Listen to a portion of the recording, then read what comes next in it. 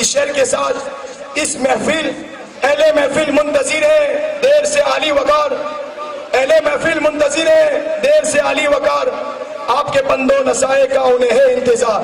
زوردار مولانا کے لیے تالیاں، زوردار۔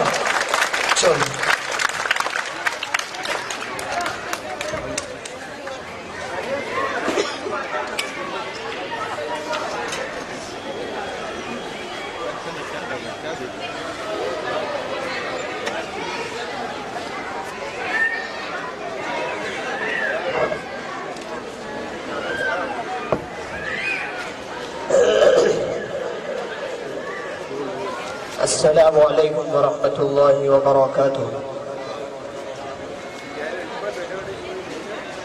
الحمد للہ رب العالمین والصلاة والسلام على سید الانبیاء والمرسلین محمد بن عبد اللہ الامین وصلی اللہ تبارک وتعالی علیہ وعلى آلہ واصحابہ وأهل بيته رضوانه أجمعين، أما بعد فأعوذ بالله من الشيطان الرجيم، بسم الله الرحمن الرحيم، يا أيها الناس إنا خلقناكم من ذكر وأنثى وجعلناكم شعوبا وقبائل لتعارفوا إن أكرمكم عند الله أتقاكم ان اللہ علیم خبیر۔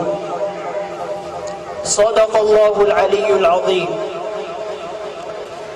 وہ کلیاں بھی ہماری تھی، گلے تر بھی ہمارے تھے، وہ کلیاں بھی ہماری تھی، گلے تر بھی ہمارے تھے، چمن میں ہر طرف بکھرے ہوئے پر بھی ہمارے تھے، حد دہلی سے لے کر سرحد لاہور تک ساحل، حد دہلی سے لے کر سرحد لاہور تک ساحل، ہزاروں پیڑ پر لٹکے ہوئے سر بھی ہمارے تھے۔ قابل صد احترام حضرات علماء کرام اور میرے عزیز ساتھیوں، ماضی کی تاریخ، ماضی کے واقعات اور ماضی کے داستان ایک زندہ قوم کی پہچان ہوتی ہے۔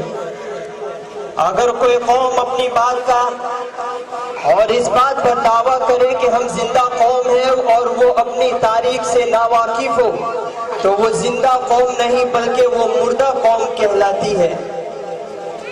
ہمارے وطن عزیز میں دو دن ایسے آتے ہیں، ایک 15 اگست اور ایک 26 جنوری، کہ جس میں ہر چھوٹے سے چھوٹا، ہر بڑے سے بڑا خوشیاں مناتا ہے اور اپنے اعتبار سے وہ خوشیاں مناتے رہتا ہے۔ وطن عزیز کی تاریخ تو بہت طویل اور وسیع ہے جو چند منٹوں میں مکمل نہیں کی جا سکتی، لیکن میں اس بات کی پوری کوشش کروں گا کہ ہمارے ماضی کے واقعات میں اور ماضی کی داستان میں جو اہم واقعات ہیں میں آپ کو اور آپ کی نظروں کو اس کی طرف مبذول کرنا چاہتا ہوں۔ ویسے تو ہمارے وطن عزیز بھارت کا یورپ کے ساتھ تجارتی لین دین کوئی آج کا نہیں بلکہ عرصے دراز سے رہا ہے۔ 1498 میں پرتگیزی جہاز راہ واسکو ڈی گاما افریقہ سے ہوتے ہوئے کیرلا کے ساحل پر پہنچتا ہے۔ 1517 میں اس نے کالی کٹ اور گوا میں اپنی تجارت کے قلعے کو تعمیر کر دیا تھا۔ آہستہ آہستہ دوسری کنٹریز جس میں جرمنی، فرانس، یہ تمام لوگ اس جگہ میں آ کر تجارت کیا کرتے تھے۔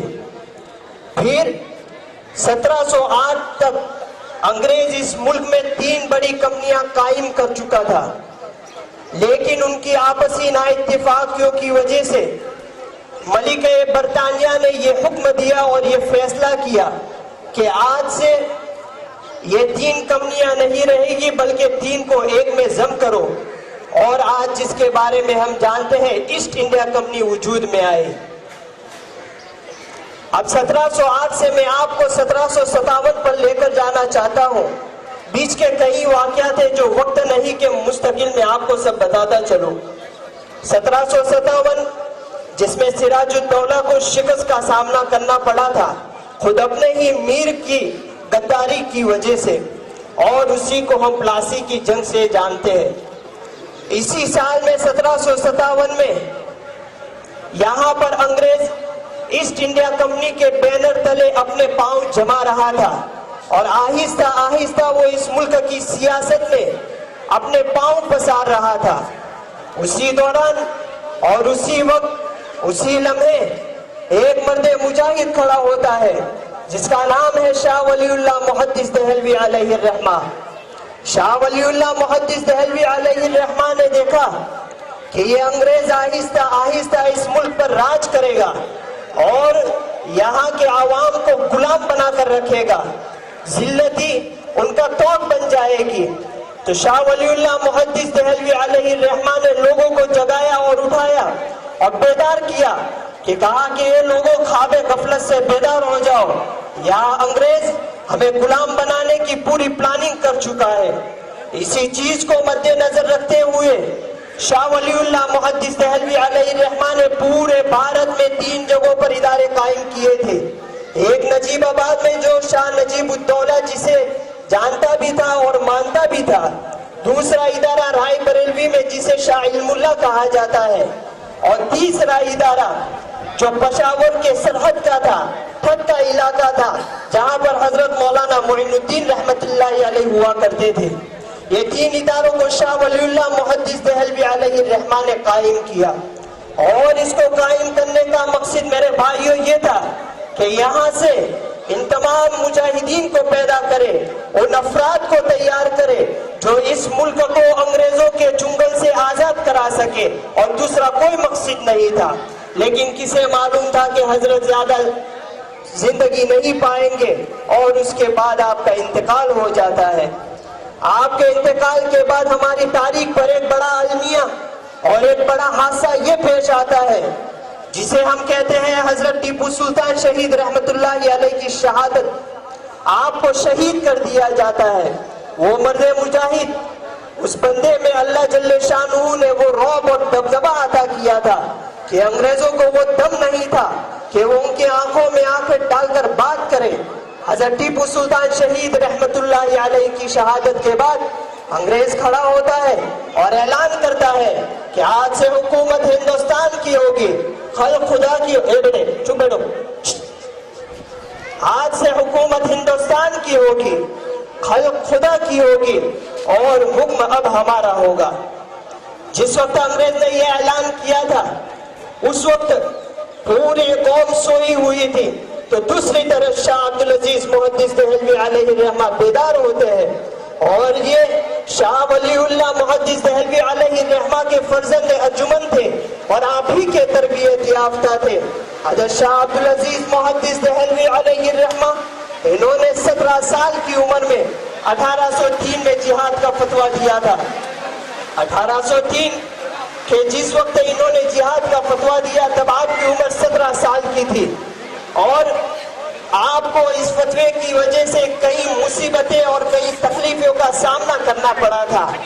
हजरत शाह अब्दुल अजीज मुहद्दिस दहलवी अलैहि रहमा जिस वक्त ये फतवा दिया तो अंग्रेज ने उनको कई मर्तबा 2 मर्तबा आपको जहर पिलाया जिसकी वजह से आपकी बिनाई चली गई थी।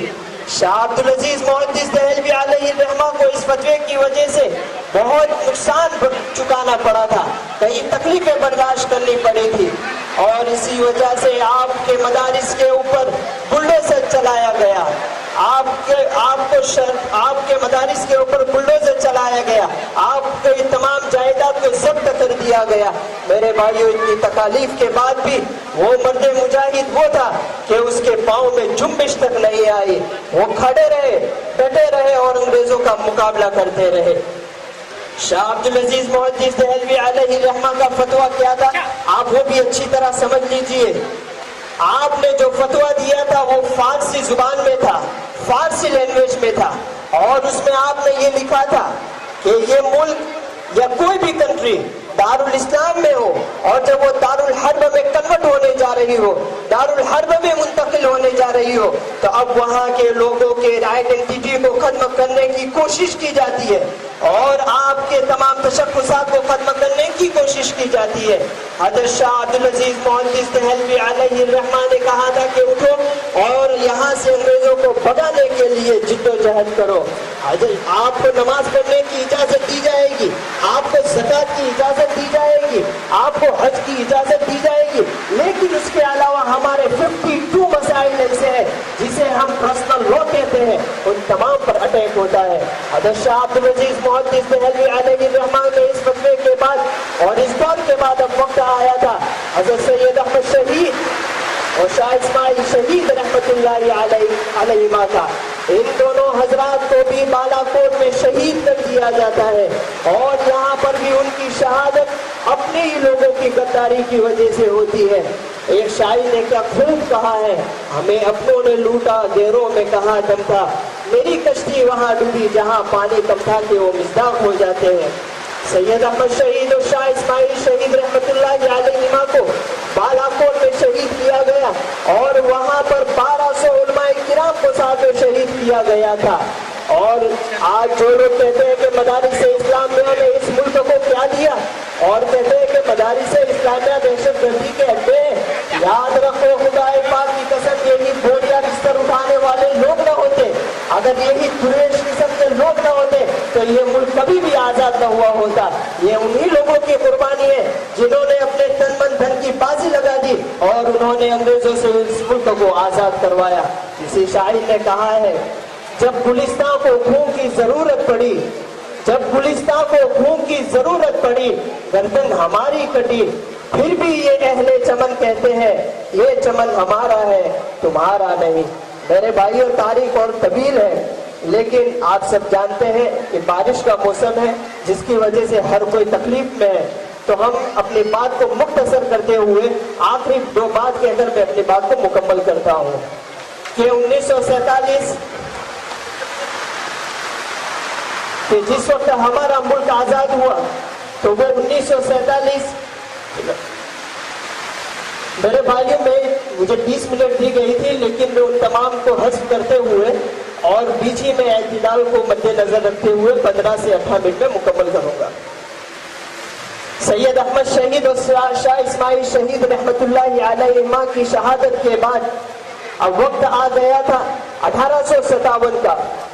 1857 ये वो साल था और ये वो वक्त था जिसे आज हम जंगे आजादी कहते हैं। यहाँ पर मैं आपको ये बात बता दूं कि अगर आज आपको कोई कहे कि पहली जंगे आजादी 1857 में हुई, वो तारीख से नावाकिफ है, वो झूठ बोलता है। हमारी तारीख 1857 से 1757 से मुस्तकिल 100 साल तो हमने खुद में लड़ाई लड़ी है। 1857 में बिरादराने वतन में से तमाम लोग हमारे साथ शरीक हुए और हम शाना बशाना मिलकर इसकी लड़ाई को आगे चलाए। 1857 ये वो जंग आजादी है और इसको इस तरीके से आप जाने कि सिर्फ 5 लाख मुसलमानों को शहीद किया गया था। जिस वक्त दिल्ली के चांदनी चौक से लेकर पाकिस्तान के लाहौर तक हमारी गर्दनें लटकी हुई थी, हमारी लाशों को ट्रेनों में भेजा जाता था। इतनी सारी तकलीफों के बाद ये मुल्क अंग्रेजों के चुंगल से आजाद हुआ।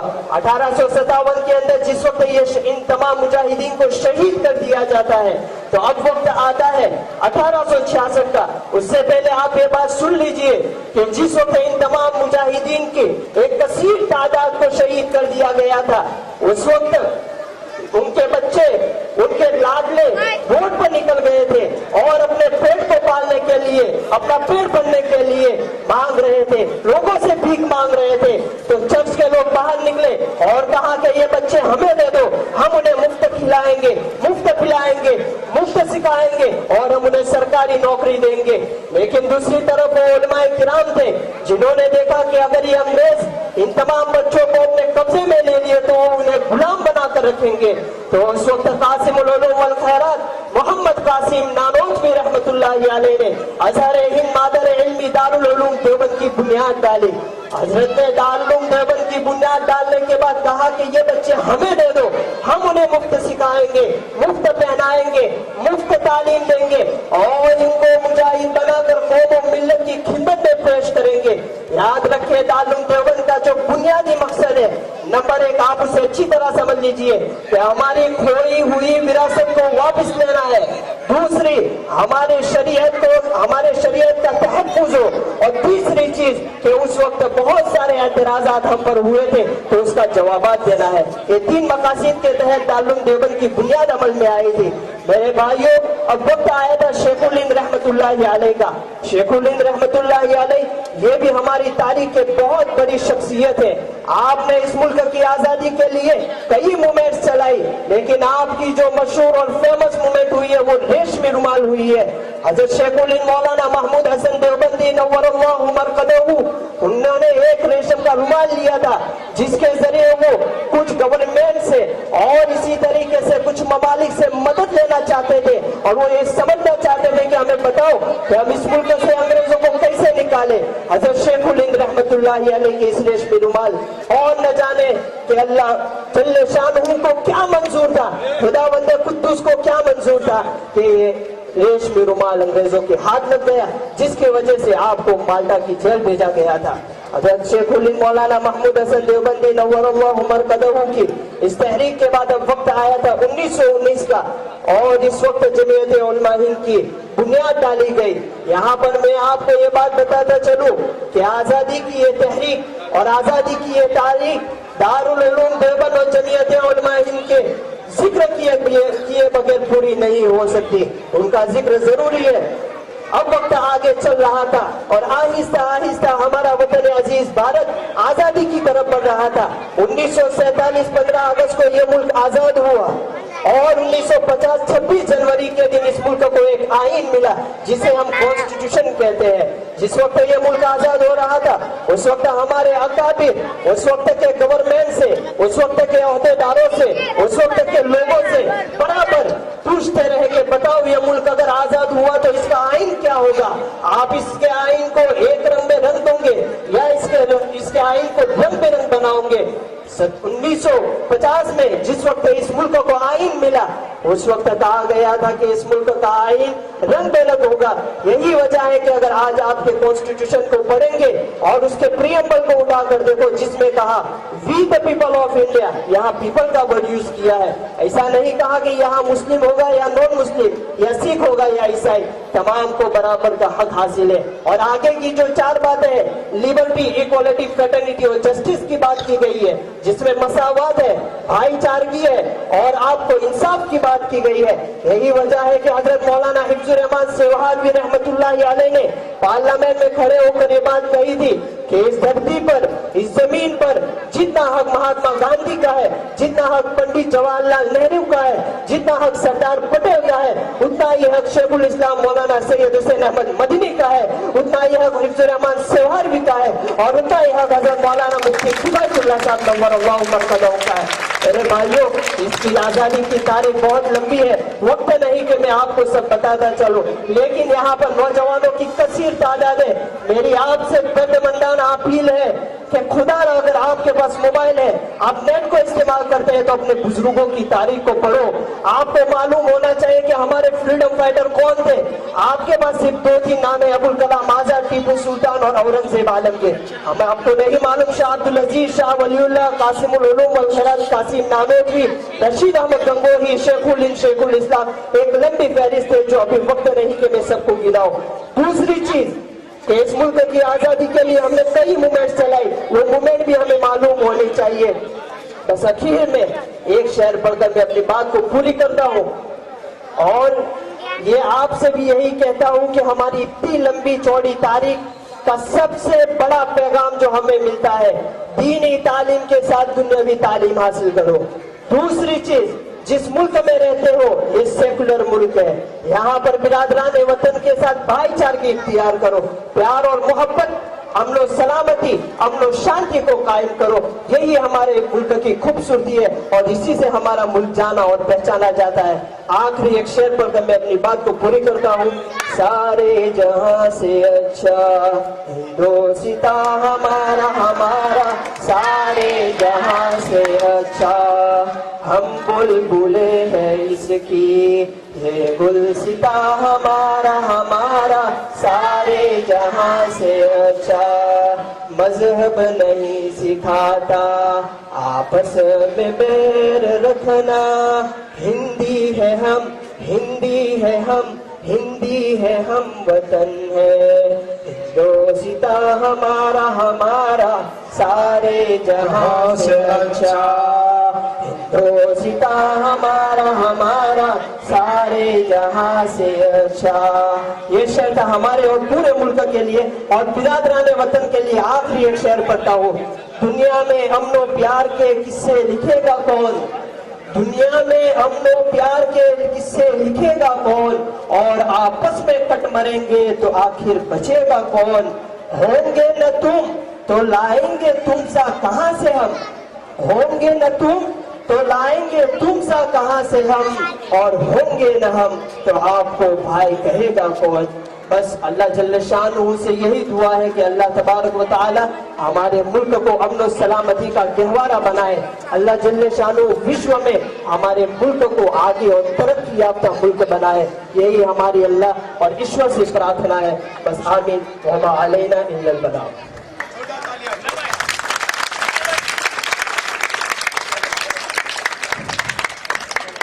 ہلو ہلو ہلو ایک مرتبہ ہم سب زور سے ہمارا بھارت، ہمارا بھارت، ہمارا بھارت انقلاب، انقلاب، انقلاب. ہمارا بھارت زندہ باد. پھر انقلاب.